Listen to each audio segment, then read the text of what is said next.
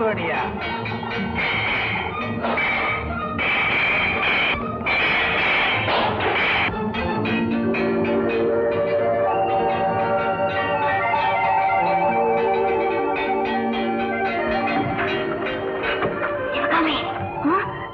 யாருங்கம்மா?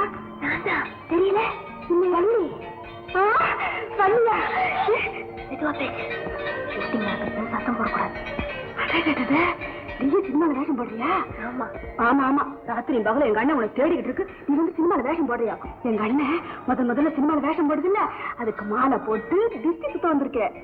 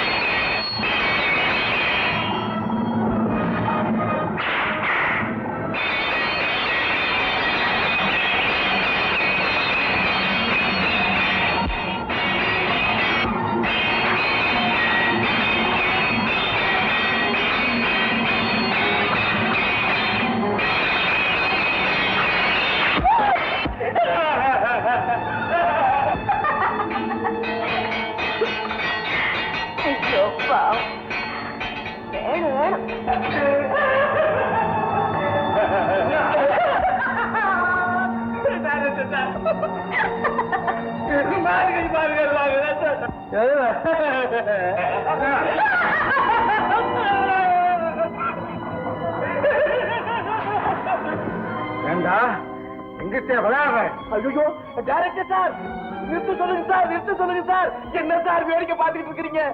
அவனை கொல்ல சொன்னீங்க, இப்போ என்ன கொல்லுவா போல இருக்கு சார். என்ன சொல்ல சொன்னா?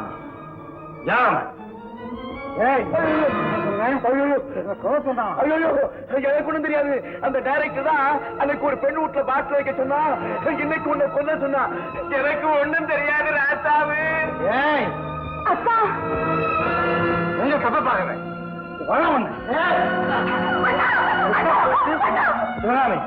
நீ எங்க வந்த? வேஷத்தை பார்க்க வந்தேன்னு. இது இவன் வேஷத்தை முடிச்சுட்டு வரேன். ஏய், திட்டம் போட்டு எனக்கு கொல்ல ஏற்பாடு செய்த.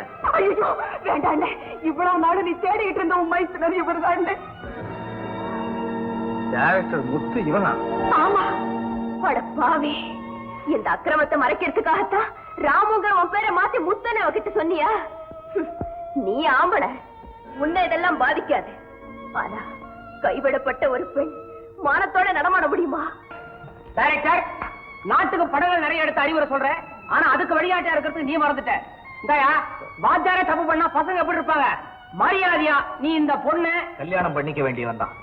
ஆனா ஓஹோ ஏயாச்சன்னு பாக்குறீங்களா? அப்படியெல்லாம் ஒண்ணு இல்ல. வந்து மிஸ்டர், எது வேணும்னாலும் சொல்லுங்க. என் தங்கையை பத்தி சந்தேகமா ஒரு வார்த்தை சொன்னீங்க, அப்படிப்பட்ட பெண்ணை நான் செலக்ட் பண்ணவே மாட்டேன். சட்டப்படி கல்யாணம் பண்ணிக்கலையேன்னு தான். நீ என்னையா சட்டம் தனியா? குழந்தை ரூபத்துல தான் சட்டம் வந்திருக்குது. இந்த மாதிரி காலத்துல கையெழுத்து போட வேண்டிய இடத்துல கையெழுத்து போட்டு ஒழுங்கா கொடுத்த நேரத்தை. ஆமா ஆமா, சீக்கிரமா அப்படி செய்யுங்க. அண்ணன் கல்யாணத்தை சீக்கிரமா சீர்திருத்த முறையில செஞ்சு வைப்பாரு.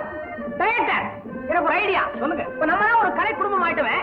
இப்ப நடக்க போற கல்யாணத்தை ஒரு படமா எடுத்து நம்ம சேர்த்து படத்தோட சேர்த்துட்டா ரொம்ப நேச்சுரலா இருக்கும். பியூட்டிஃபுல். என் பொண்டாட்டி பியூட்டிஃபுல் நினைச்சியாரா? அப்படி சொல்ல ஐடியா கரெக்ட்.